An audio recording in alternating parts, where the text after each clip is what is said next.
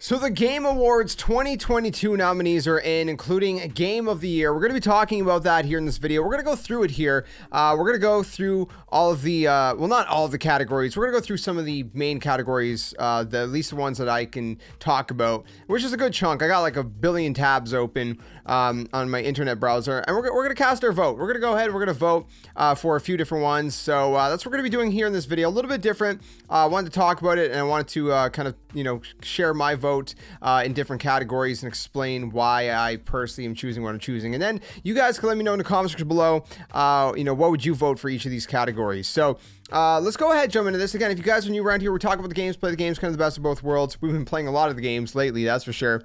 Anyway, so we got Game of the Year. We're going to save that for last. But these are the categories. So we got like Game of the Year, Best Game Direction, we got Best Narrative, Best Art Direction, et cetera, et cetera. So we're going to go through this. I got, we'll start at, I guess I opened up a bunch of categories, the ones I care about. I don't care about like, content creator categories and esports categories. Well, esports, yes, we'll look at that as well. So this is best role-playing game. I completely forgot that Pokemon Legends Arceus came out this year because it's been such a crazy year. I know a lot of people are going to be voting for Elden Ring, and here's the thing. I want to vote for Pokemon Legends Arceus because I love Pokemon and I'm kind of biased. But in all honesty, I think Xenoblade Chronicles 3 beats it out. And I know Elden Ring is like one of the best games out there. And it's probably going to get, a substantial amount of votes. But I honestly think Xenoblade Chronicles 3 is going to be slept on by a lot of people. I think a lot of people are going to ignore this one. So my vote for best role-playing game it's going to be Xenoblade Chronicles 3. Let me know what yours is. It's probably going to be Elden Ring, most likely, but I'm curious to see. I don't know. I haven't played Triangle Strategy, or how do you say this? Live Alive or Live Alive? Or Live Alive? I don't know. Anyways, I didn't play those two games, so maybe my choice would have been swayed. Then we got Best Family Game. Now, this is an interesting category because we've got mostly Nintendo games in this category, except for one. And one of the Nintendo games is a third-party game, which I still actually, I'll be honest, I've yet to play because so many games are coming out at the exact same time. It was very overwhelming. But I played all these games. Kirby and the Forgotten Land was an amazing game. By the way, I play all Nintendo content on my Nintendo channel, so you can check that out over there down below. Links in description. I played Lego Star Wars Skywalker Saga on this channel as well. Mario plus Rabbids Sparks of Hope looks great. We got Nintendo Switch Sports, which is a lot of fun, and Splatoon 3. I really don't know. My vote is really torn because I'm a big fan of Splatoon 3. Or Splatoon in general, but Splatoon 3, it's not hitting the same way that it has for me. But I also look at it as a whole, right? Like if I look at all these games, my kids haven't played all these games, but my whole family really loves Splatoon. My son plays it, my daughters play it. I don't think my wife has yet to play it actually. So I'm gonna go for Splatoon 3 on this one. I think any of these deserve it, to be quite honest with you guys. I think they're all incredible. My vote's going to be for Splatoon 3 on this one. Moving on from that, we got the best multiplayer. Now, I did play Teenage Mutant Ninja Turtles Shredder's Revenge. I played the entire game in one video here on the channel with a couple good friends of mine. That was a lot of fun. Overwatch 2 has been solid fun as well. Splatoon 3 is also solid fun. Haven't played Multiverses, but the one that kind of surprised me, and I know some of you guys are probably, it's Call of Duty. No. Vanguard, I hated so much. I hated Vanguard so much that I actually thought I didn't think I was gonna enjoy Call of Duty as much as I used to ever again.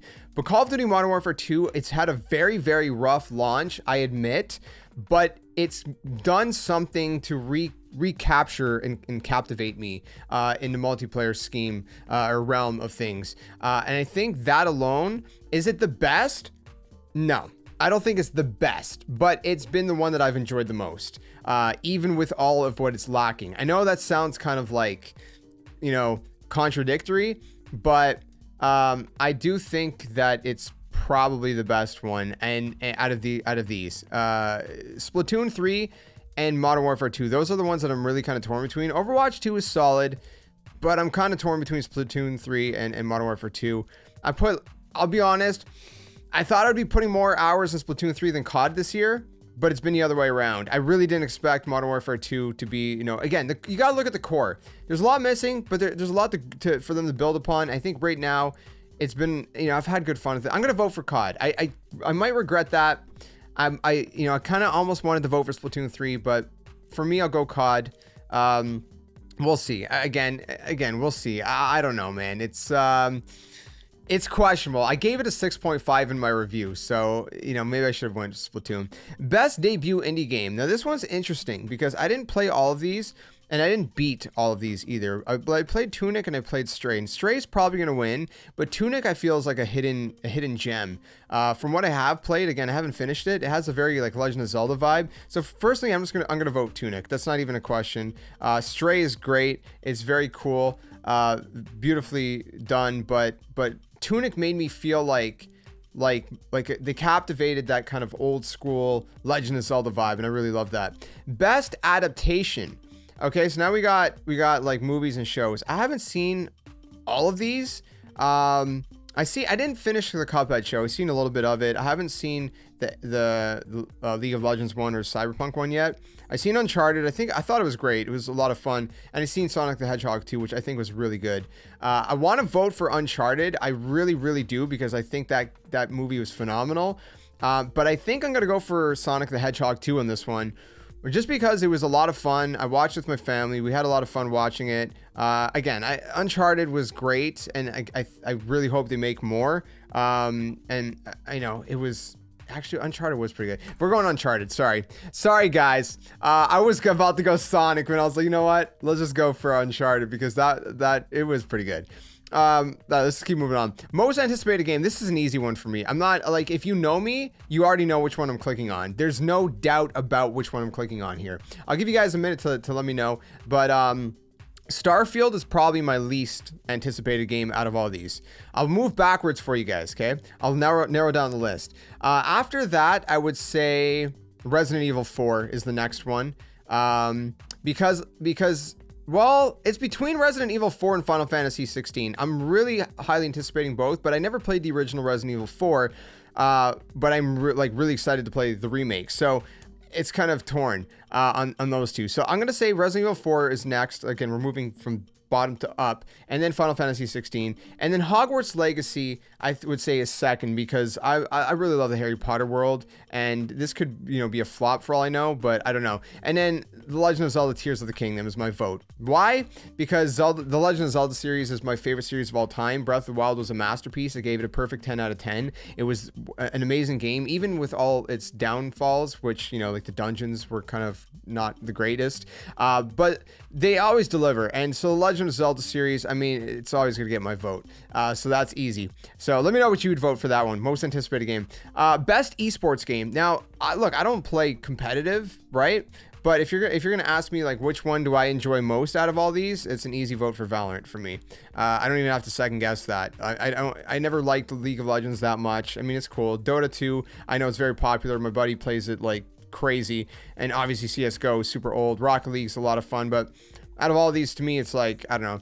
I think I mean, I know it's like the best overall for the esports experience, the players, you know, tournaments, community support, content updates, all that. But yeah, I don't know. For me, I say Valorant. Valorant's been great. Best game direction. So this is awarded for outstanding creative vision and innovation in a game direction and design. This one's hard. This is very hard, because if we're talking about innovation in a game direction and design, I would want to say God of War Ragnarok, but I don't think it's necessarily super innovative per se. Like I gave it a perfect 10 out of 10. I think it's a masterpiece. But I think Elden Ring kind of really switched up the Souls formula, and made it a lot more welcoming to new players and players that, you know, were never into Souls games. So to me, Elden Ring gets the vote on that one. It could go to Stray too, though, to be honest, to be fair. Next up, we got to move through this, man. I don't want to spend all day here. Best narrative. Now, this one is very, very hard as well for outstanding storytelling and narrative development in a game. Elden Ring, like, it didn't have a lot of narrative. Like, there is a lot of narrative, but it's very easy to miss what's going on. God of War Ragnarok, like, it had me, it gripped me. But here's the thing: if a Plague Tale Requiem wasn't on here, God of War Ragnarok would get it in a split second, because it was just amazing. But I think a Plague Tale Requiem just blew all of these out of the water. If you slept on that game, you're crazy, because this game, a lot of you guys may have seen, I cried like a big baby. A Plague Tale Requiem, I bawled hard at the end. So that one's getting it without a shadow of a doubt. That is the best storytelling game, best narrative development. The place they took that game in the end is just bonkers. Like, yeah, that is the best one. That's not even a question in my mind. But then we get into art direction. Now, I didn't beat Scorn, but I have played it. So I've played all of these games. The art in all these games are phenomenal in their own regard. But I really got to say that the art in both Elden Ring and in God of War Ragnarok were breathtaking. And it's really hard for me to choose between that. But here's the thing. It also has to do with animations. The animations were so phenomenal in God of War Ragnarok. They were just above and beyond. I think they nailed it. But I'm really torn because there was some pretty insane artwork in Elden Ring. And so I really don't know which one to vote for, in all honesty. I really don't, because they're both so good artistically. And I'm sitting here trying to think. I say we come back to that one. I can't decide right now. We come back to that one. Best score in music. Okay, again, this one's very, very difficult because, well, it is and it isn't. I think I already know what I'm voting for.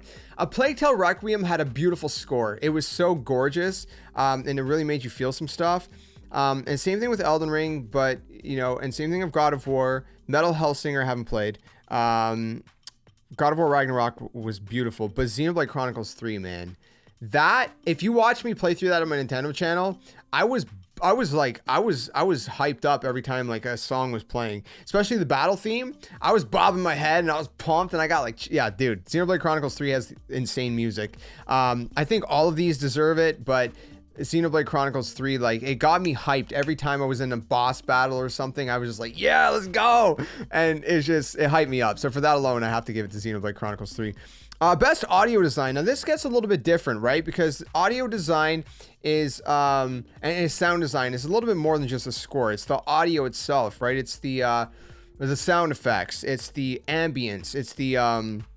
It's more than just what the music is doing. It's the design of the sound itself. And that one makes it very, very hard. I don't remember a lot of it with Horizon, but it was great.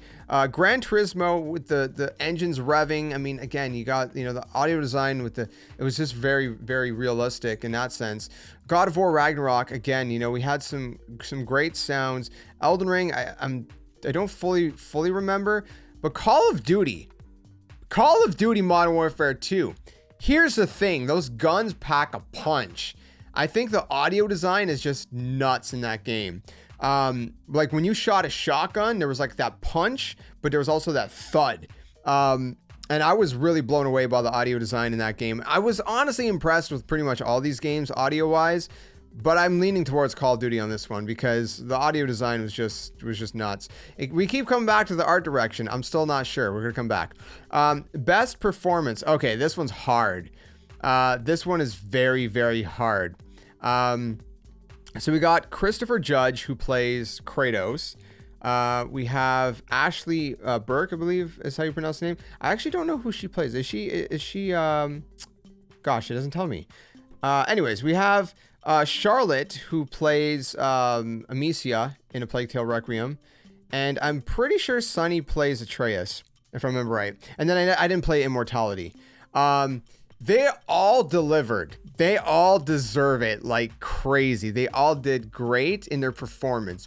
But I want to almost click Christopher Judge or Sunny Suljic, if that's how you pronounce his last name, because they executed like pretty phenomenally. But I'm sorry, but Charlotte playing Amicia, next level, dude. 100%. Not even a question in my mind that she deserves the best performance out of all these. And it's crazy because I've heard that apparently this was her first gig doing A Plague Tale, starting with Innocence and then Requiem. So that's pretty phenomenal. All right, then we got games for impact. Do I really know any of these games? I don't actually know any of these games, so I'm going to skip this one. This is another one I'm going to skip. Best ongoing. This one's tough.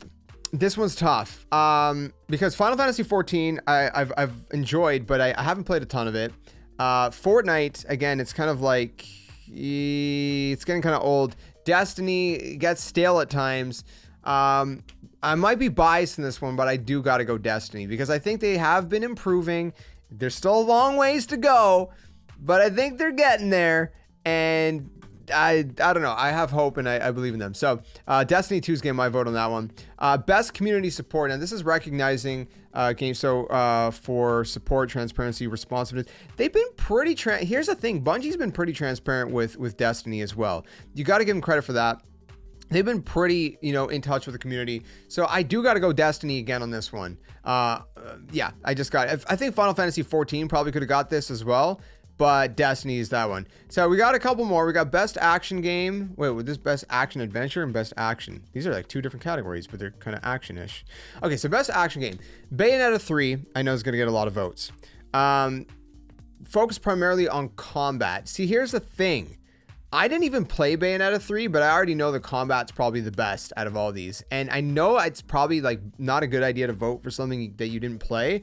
And I like Call of Duty, but like I gotta go Bayonetta 3. Just from what I've seen of the combat, I gotta go Bayonetta 3 on that one. I know everybody's probably shocked. Like they probably didn't expect me to vote for that, especially people that know that I haven't played the game, but I've seen it and it's pretty insane. Best action adventure. So this combines combat with traversal and puzzle solving. Now there's not a ton of puzzle solving in A Plague Tale Requiem. I think God of War gets this one. Honestly, I think that's just it's just a no-brainer. God of War gets best action adventure. It had the best, combo of combat with traversal and puzzle solving. It had some good puzzles. Amazing combat. I just loved it. So now we come back to best art direction before going to the game of the year. Now again, I'm still kind of torn because to me it's either Elden Ring or it's God of War Ragnarok, and they both had such incredible art. And I want to give it to God of War and I want to give it to Elden Ring.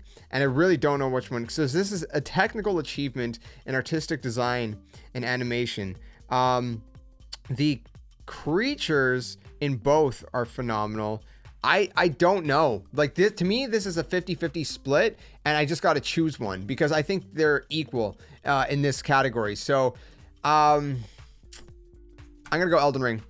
I'll go Elden Ring on this one. I feel like I didn't vote for Elden Ring for anything else. So I'm going to vote for Elden Ring on this one. And that, my friends, brings us to Game of the Year. You guys ready for this one? I'm not, because here we go. Here's our 6 nominees. We got A Plague Tale Requiem, Elden Ring, God of War Ragnarok, Horizon Forbidden West, Stray, and Xenoblade Chronicles 3. Now, the crazy thing is, if you were to ask me what my top 5 games of the year were, I would have said all of these except Stray, because I didn't finish it. But I could see why Stray is on here as well. I would have said every single one. Now, if you would have said, what's your top 3, Josh? Well, before God of War Ragnarok, my top 3 was A Plague Tale Requiem in this order. And then it was Xenoblade Chronicles 3 and then Elden Ring. God of War Ragnarok, it had to kick something out of the top 3. And I know everyone's going to think I'm crazy for kicking out Elden Ring, but it kicked out Elden Ring because Xenoblade Chronicles 3... You don't understand. If you haven't played this series, like you don't get it. I didn't get it before I jumped in, and I only jumped in like a couple years ago. And this game is just next level. It's insane. It could be Game of the Year any other year, but because it's going against God of War Ragnarok, Plague Tale Requiem, Elden Ring, like I think Xenoblade Chronicles 3 and Elden Ring are very close to each other. I think they're very close in their own regard, but Xenoblade Chronicles 3 delivered an emotional story that was lacking in Elden Ring. Elden Ring was a great experience, but it didn't have that impactful story the way Xenoblade Chronicles 3 did. So that's why Xenoblade Chronicles 3 goes above Elden Ring. Now, you get to A Plague Tale Requiem and you get to God of War Ragnarok, and that's where it's really difficult because in terms of storytelling, A Plague Tale Requiem, I think surpasses God of War Ragnarok. God of War Ragnarok had amazing storytelling. I think God of War Ragnarok a perfect 10 out of 10. Even though there's some stuff lacking, overall, I think it deserved a masterpiece. That's just my subjective opinion. But the problem is that A Plague Tale Requiem doesn't have the same kind of immersive combat and puzzle solving that God of War Ragnarok did. So even though A Plague Tale Requiem, I think, has the edge on the story side of things, I think with the overall, I think God of War Ragnarok actually surpasses A Plague Tale Requiem because it has more going for it, because it has an amazing combat. It has incredible side missions, side quests that I've been going through and recording, bonus episodes for my channel. It has, the side missions are just like they're top tier. There's so much more to do in that game, so it offers more in that sense. If this was based on story alone, A Plague Tale Requiem, but because it's overall, God of War Ragnarok is getting my vote for Game of the Year for 2022. That's my vote. And if you would have asked me this like 2 weeks ago before God of War Ragnarok came out, I would have said I highly doubt that it's going to beat my other three. Because again, Xenoblade Chronicles 3 was nuts. Like, if you know, you know. If you don't know, I don't know what to say. A Plague Tale Requiem, again, it made me bawl like a baby. It hit me in such an impactful way, but it didn't have, God of War Ragnarok had more going for it. Elden Ring, it just didn't have the kind of story, that God of War and A Plague Tale did, and Xenoblade 3 did. And that's why it's not in my top 3. So that's my votes, guys. Let me know in the comment section below. What are you voting for? What's your game of the year for 2022? Let me know. I hope you guys enjoyed this little video. I thought we'd do something a little bit different. It'll be interesting to see what wins. I think God of War Ragnarok has a good chance, but I also think Elden Ring might win just because it's been so massive in and of itself. I mean, there's so much to do. It's like a Dark Souls Breath of the Wild. So I think that's most likely to win. But I think God of War Ragnarok, as an overall, I think that one's the better game out of everything. Either way, we've had a lot of great games in 2022. Here's to even more in 2023. There's going to be a lot of great games to play through. Again, Nintendo stuff goes on my Nintendo channel. Everything else goes here. Playthroughs, walkthroughs, guides, gaming news. We talk about the games. We play the games. It's always the best of both worlds. Thanks for watching. Let me know your game of the year for 2022. And until the next one, game on. I'll see you guys soon. And we will be streaming the Game Awards when that happens in December. So that's going to be a lot of fun. Stay tuned for that. Till the next one. See you guys later.